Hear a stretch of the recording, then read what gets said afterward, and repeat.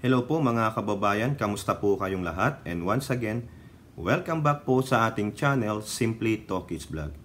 Ang pag-uusapan natin mga kababayan at bibigyan ng opinion at reaction ay ito pong patuloy na pagbibilinize, no? Yung pagtatrial by media nitong mga makabayang black tungkol po sa ating Vice President at current DepEd Secretary and also co-vice chair po ng NTF-ELCAC na si Sara Duterte. Kasi po, nanggigigil po itong makabayang black sa lower house kasi they did not have the chance na makapagtanong tungkol po doon sa 125 million pesos na confidential funds ng Office of the Vice President noong 2022 that was spent in merely 19 days. Napakabilis daw.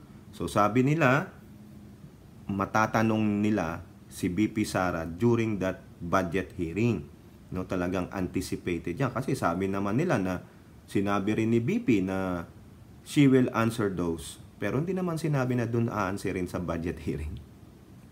Kaso po, si Kambal Sandro Marcos, alam nyo naman, sabi niya, yung courtesy, terminate yung yung hearing. Nag-object, we object, I object, kaya ganyan. Pero ito, nangyayari, no? Araw-arawin nila to. Hindi nila titigilan para ipagdikdikan po sa ating mga kaisipan na may tinatago, may anomalya ang OBP. Yun ang kanilang apple of the eye talaga kasi alam nyo naman, isang Duterte ang ating VP. At yung nga po, meron ding mga kababayan natin na sana nakapagtanong, binigyan ng chance para malaman din namin saan nanggaling at saan ginamit yung 125 million pesos. Kasi po, i-background natin, dito po sa balita ng Enquirer noong August 29, sabi dito, BP accused of spending 125 million in confidential funds in 19 days. So ito po yung base sa pag-aaral nitong mga makabayang black. Magaling pong mag-research itong mga to. Tignan nyo si Manuel. Ang ni-research nilang yung mga clickbaiter na content creator. Si Sabah. Sa sobrang pagkaislang, sa sobrang pakonyo, Sabah. Nabawi na ba natin ang Sabah? Ha? Ganun pa siya. Nabawi na ba natin ang Sabah? Ganun pa siya. Hindi niya alam na mali pala yung binibigkas niya. Ito sabi niya, House Deputy Minority Leader Franz Castro posed this question on Monday, days before the Office of the Vice President was set to present its 2.374 billion proposed budget funding for 2024. The OBP spent the whole 125 million confidential fund given to the office in a span of just 19 days, from December 13 to 31, 2022. This translates to 6.5 million pesos or almost 7 million per day. Tandaan nyo ha. The OBP spent the whole 125 million confidential fund given to the office. Yan po yung naka-quote na statement. She cited the Special Allotment Release Order o yung SARO issued by the DBM on December 13 pertaining to confidential expenses. The 2022 SARO BMDC 22- blah blah blah for the OBP was in the amount of 221,424 to cover financial assistance, subsidy, and confidential fund. The SARO indicated that the Office of the President approved the release on November 28, 2022. Nandyan na daw po. Di whatever. Castro also pointed to the COA, hindi COA, o Commission on Audit 22 Audit Report on the OBP, which said this amount was composed of 125 million pesos in confidential expenses and 96.424 million for medical expenses. In the OBP Statement of Appropriation, Allotments, Obligation, Disbursements, and Balances as the end of 2022, the OBP told the COA that it obligated and disbursed 155 million, which 66.424 million as the remaining unobligated allotment. 30 million lang yung Napunta dun sa kabila yung 30 million. Kung ano-anong pinagsasabi niya. This implies that 125 million in confidential funds was already spent by December 31, 2022 along with 30 million of the financial assistance. So 125 plus 30 naging 155. O tama na siguro yung math ko ngayon. She said guidelines on the use of confidential funds limits the expenses to surveillance related activities such as purchase of information, rental of transport vehicles, rental of maintenance, blah, blah, blah, blah, blah, blah. No congregational authorization. The OBP is a civilian agency with no national defense or law enforcement function. We are curious as to how the OBP spends a short amount of time. How did they spend this big amount, which should not be considered confidential funds? It should not be kept secret because the OBP did not get congressional authorization for this in 2022. Okay? So meaning, ano nangyari? So, anong nginunguya-nguya nyo? Baka sabi nyo kasi did not get congressional authorization for this. Pero, kaya sabi ko sa inyo kanina, sabi ko, tandaan nyo yung keynote dito. The OBP spent the whole 125 million confidential fund given to the office in a span of just 19 days. Pero sinasabi dito na wala daw congressional authorization for this in 2022. Hindi po ako lawyer. Pero sa aking opinion, binigyan given sino nag-authorize? So meaning, may budget ang OBP na confidential funds, pero hindi inauthorize. Saan galing? Di ba? Ang gulo nyo di ba? Binasa ko lang yung binalita dito. Keynote pa nga, sabi ni Castro. Spent the whole 125 million confidential fund given to the office. Given to the office, binigay, pinayagan, inapprove. Tapos sasabihin walang congressional approval. Ang gulo nyo. Bahala kayo. Sino bang member ng Congress? Di ba kayo? Baka yung panahon pa ni Lenin nagkaroon ng deliberation ng budget? Ganun po ba? Hindi ko po alam pero ngayon, ngaw po sila. Gusto nilang malaman paano po baka ang gusto nilang malaman yung list of items sa ang ginastos ng OBP yung kanilang confidential funds. Eto po, Eto ang sabi ni VP Sara Duterte. Ulitin ko lang, Hindi ko winaldas 125 million OBP fund. Okay? Nanindigan si Vice President Sara Duterte na hindi winaldas ng kanyang tanggapan ang 125 milyong piso confidential fund noong 2022 na kine-question ng mga miyembro ng Makabayan Bloc. For the 2022 CF or confidential fund in the amount of 125 million, the OBP has already planned and identified events, activities, and projects to be covered by the CF as early as August. So, ayun po. Okay? At ang sabi niya pa nga po dyan sa kanyang quote card, there was nothing irregular or unauthorized about its spending. And the required liquidation and accomplishment reports had been submitted to the oversight agencies. We urge the Makabayan Bloc to end its rabid vilification of OBP over the 2022 CF. If it doesn't have any substantive information to back up imputations of misuse. Yun. Ibig sabihin po nung imputations, abuse. No? Ngayon, nagsalita rin dyan yung isang Makabayan Bloc, si Raul Manuel. Ito po, yung napakagaling na representative, yung magaling mag-research. Yan. Quote, meron po tayong dokumento. Saan galing? Galing po ito sa website ng Office of the Vice President. Patunay po ito na sa loob lamang ng 19 days ay nagamit di umano ang 125 million pesos. Yan po ang tanong ng bayan. Saan nanggaling ang 125 million kahit na wala naman dapat yan sa budget ng Vice President for 2022? At paano nagamit ng ganon kabilis ang pera bago matapos ang taong 2022? Unang-una, wala daw po sa budget yon. Sabi ng Inquirer di ba binasa natin? Quote pa yon. Yung 125 million confidential fund was given. Tapos sasabihin ni Manuel, hindi daw kasama yon o bakang iniisip nila yung pag-transfer ng funds na illegal.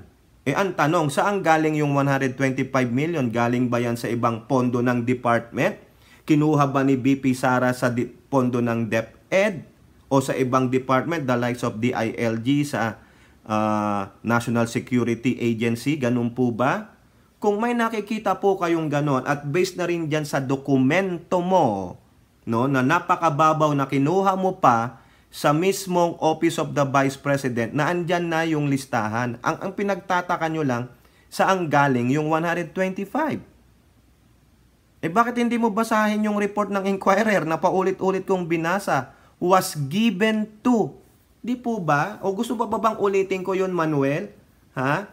Para maliwanag.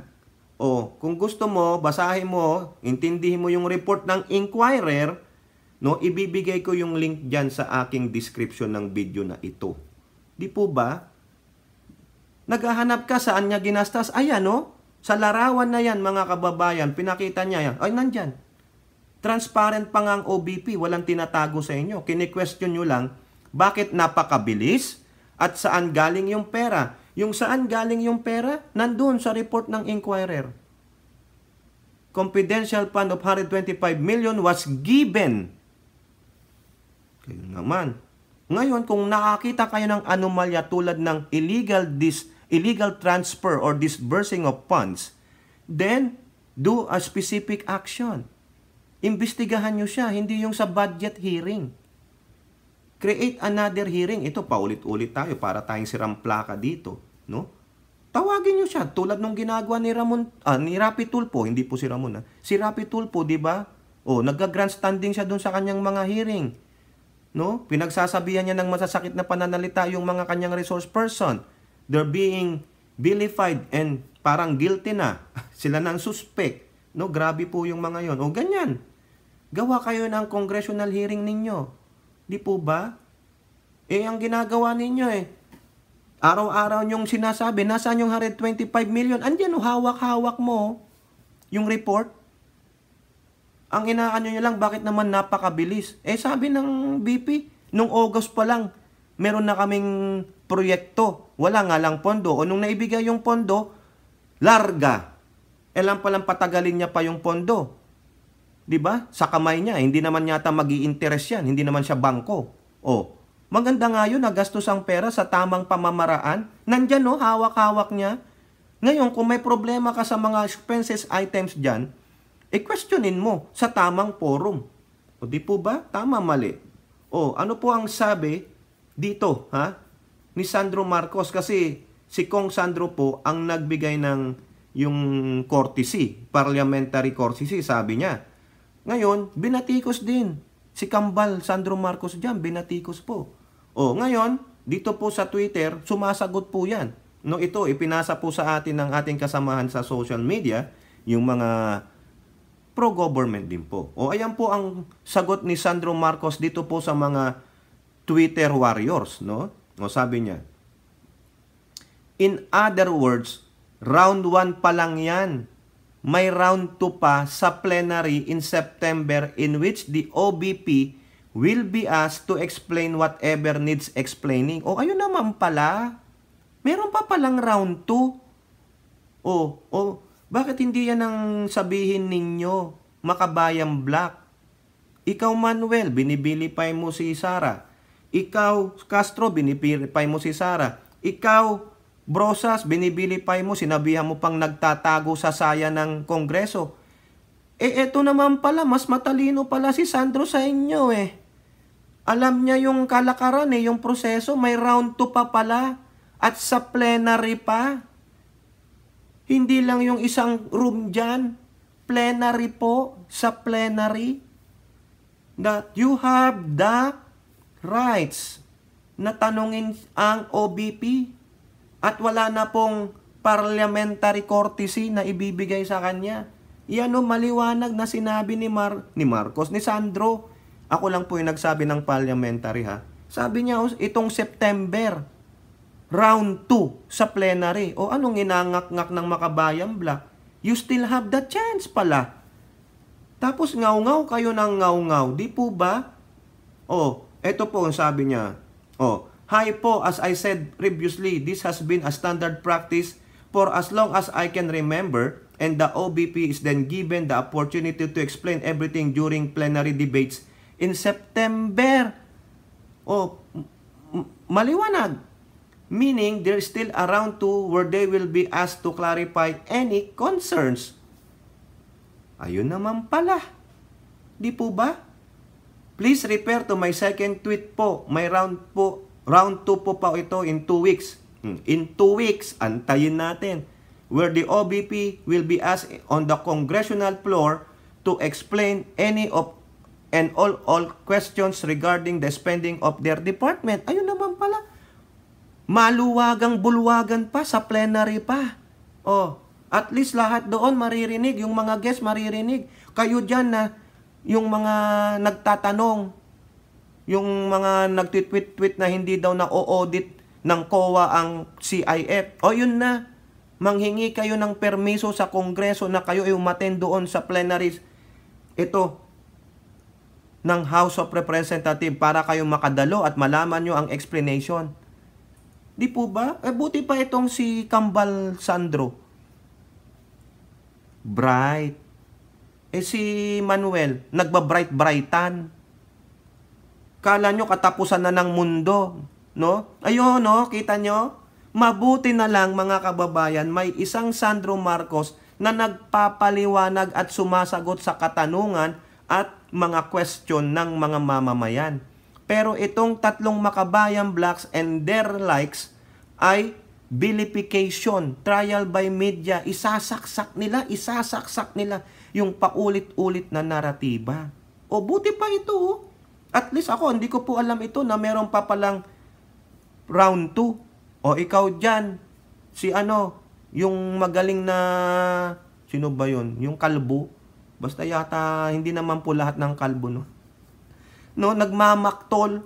Kinagagalitan pa si Sandro Marcos. Ayan, nandyan, round 2, teng-teng, in 2 weeks. Mag-antay kayo. Kaya ang dami nyong sinasabi. Ayan. Diba? Nasilo kayo. Na kayo pala ay mga engot. Ibig sabihin, alam din yan ng Makabayan Black members that they will have a chance on the plenary. Kaso, baka ayaw nyo siyang tanungin sa plenary at kayo ay mapahiya para gusto na lang dun sa small room at only certain people can hear yung debasement ninyo. Di po ba? Yung siguro doon na lang para kung mapahiyaman tayo, hindi pang kalahatan. Pero napanood po namin Lalo nung pinatayan kayo ng mikropono, di po ba? Lalo na yung sinabi ni Manuel na saba. Huwag mong sabihin islang yun ng saba, ha? Iba po ang saba sa saba. Baka naman ibang iniisip mo kasing sabay, no? Baka yung isang former senator, di po ba? Ayan, yung inangak-ngak ninyo, may round 2 pa pala. Di po ba? Sinong napahiya dyan? Kayo, na Makabayan Black, ngaw-ngaw kayo ng ngaw-ngaw sa kayong mga against, no? Di kayo mag-antay. Mag-antay kayo. Eto pa, sinasabi na nagtatago daw si Sara sa ni Martin Romualdez. Ginamit pati si Martin Romualdez, dinamay. Kinalaman niya dyan, even though na speaker siya. At ngayon ay magkaalyado na ulit sila. Beshi-beshi na sila, ganun po ba? Is he shielding BP? Baka daw madapa o mabulilyaso? Patunayan. Di po ba? Tingnan nyo yung vilification gawa ng Makabayan Black because nagtanim sila ng naratiba. Ganyan po silang magaling eh. Pero ang totoo naman pala, may round 2 pa. Anak ng show pa oh. Pinoy nyo, si Sandro Marcos, kabago-bago pa lang na congressman. Pero itong si Brosas, si Castro, o ewan ko po dyan kay Manuel, no, kung bago din yan. Pero dinaig pa siya ni Sandro Marcos, itong tatlo, na alam pala yung proseso. So, ibig sabihin, congressman kayo, hindi nyo alam yung pinaka-proseso? Dinaig kayo ng newbie? Neophyte? Ay, alam ko, hindi na po neophyte si Manuel eh. Kasi doon po sa mga survey na yung mga neophyte, outstanding neophyte congressman, wala po siya doon eh. Otherwise, hindi siya outstanding congressman kung neophyte siya. Ibig sabihin, wala. Di po ba? Kakahiya. Hindi nyo alam yung proseso dyan sa kongreso. Ngaw-ngaw, tapos ngaw-ngaw kayo ng ngaw-ngaw. Media, no? Trial by media, yan eh. Sanay na sila dyan. Kaya tama po si Dr. Loren Badoy doon sa Laban Kasama ng Bayan. Ganyan po sila umatake. Hanggang sa maniwala na ang mga tao, mabulag. Kung buti na lang may isang mga Sandro Marcos na nagpapaliwanag ng tamang proseso. Ay, nakakaya. Yan po ang ibinoto ng mga taong bumoto dyan sa Makabayan Black. Ganyan din sila mag-isip siguro. Tanong lang po, no? Eto pa, sama na natin to sa balita din ng Inquirer. Alam nyo naman tong Inquirer, di ba? BP Sara dodges light on controversial confidential funds. Na-dodge daw pa niya, naiwasan daw po ni BP Sara yung pagtatatanong. Ayan. Dodging questions on how she get 125 million in confidential funds that were not allocated in the 2022 budget law, Vice President Sara Duterte said on Wednesday that there was nothing irregular or unauthorized. Ayan po, binasa na natin. Kayo naman dyan, Inquirer eh. Very conflicting naman yung report nyo. Sinulat nyo nga yung sinabi ni Castro, di ba? Given. Was given. Binasa ko pa ulit-ulit. Anong ano doon? Anong mali siya doon? Anong mali doon? Sinabi nyo, given. Sinabi ni Castro, given. Tapos hinahanap nyo saan galing yung 125 million? O sino nagbigay sa kanya? Di yung Kongreso. Ako po, nalilito. Paki-explain nyo nga po, di po ba? Yun po yung pagkakaintindi ko. Hindi naman ako mag-lawyer. Hindi rin ako yung nagmamagaling sa law. Hindi ko po yun ang aking profesyon. Di po ba? Kaya ito sasabihin nyo, dodges the bullet. Kasalanan ba niya? Kasalanan ba niya at umaksyon nagsalita ang kambal Sandro Marcos na parliamentary courtesy? Sinabihan ba siya ni Sara? Di po ba? Hindi naman sila besi-besi. Di ba? Nakita nyo ba na nagsalita ang BP Sara at sinabi, "Can I have the privilege of the floor?" And I wanna say, Kong Sandro Marcos, do your thing. Wala eh. It is kambal, Congressman Sandro Marcos, who initiated that particular parliamentary courtesy. And the chairman asked for a vote. Naintindihan ng mga bumoto yung sinabi ni Sandro Marcos. Naintindihan nila yung sinabi ng chairman. May hindi bumoto. Diba? Sino nanalo? Ang mayorya ng bumoto. Anong ginawa ng OBP? Tahimik sila. They are just waiting for the decision of those na sa Appropriation Committee. Di po ba? 21 voted. Siguro 24 sila doon. Yung tatlo lang ang hindi bumoto. Kailangan bang sisihin si BP Sara Duterte dyan? Kailangan ba siya ang tirahin ng tirahin? Bakit hindi siya natanong at hindi nakapagtanong yung Makabayan Black? Sisihin nyo si Sara Duterte sa aksyon ng mga congressman na bumoto na i-terminate ang budget hearing because of the motion of parliamentary courtesy? Sisihin nyo talaga? Si BP Sara? Ang sisihin nyo yung mga congressman na nandun sa body na yon. Sisihin nyo si Kong Marcos. Bakit niya ginawa yun? Sabi niya lang, it's A parliamentary courtesy. Alam din yan ng mga congressman. Ayaw lang nilang magsalita kasi ayaw nilang sila ang i-villainize ng makabayan black. Ayaw nilang mapunta sa spotlight kaya ang ginigisa nila ay itong si VP Sara Duterte. E di sige, gisahin nyo ng gisahin. Ang tanong dyan, pagdating ng second round sa Congressional Hall, sa plenary, Congressional Plenary, in 2 weeks, sabi ni Sandro Marcos, sino ang mas biatch? Di ba? Sino ang mapapahiya? Iyan ang inaantay ko rin. At gusto ko ring masagot yan ng BP pero wala po akong magagawa eh. Should I blame the Vice President for the action of Congressman Marcos, si Kambal, at the rest who voted for it?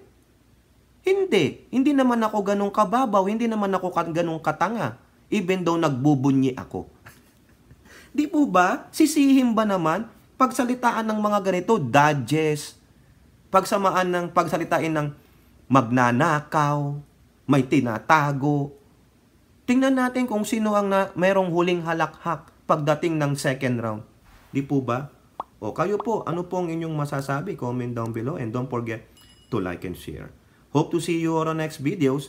Bye-bye. God bless.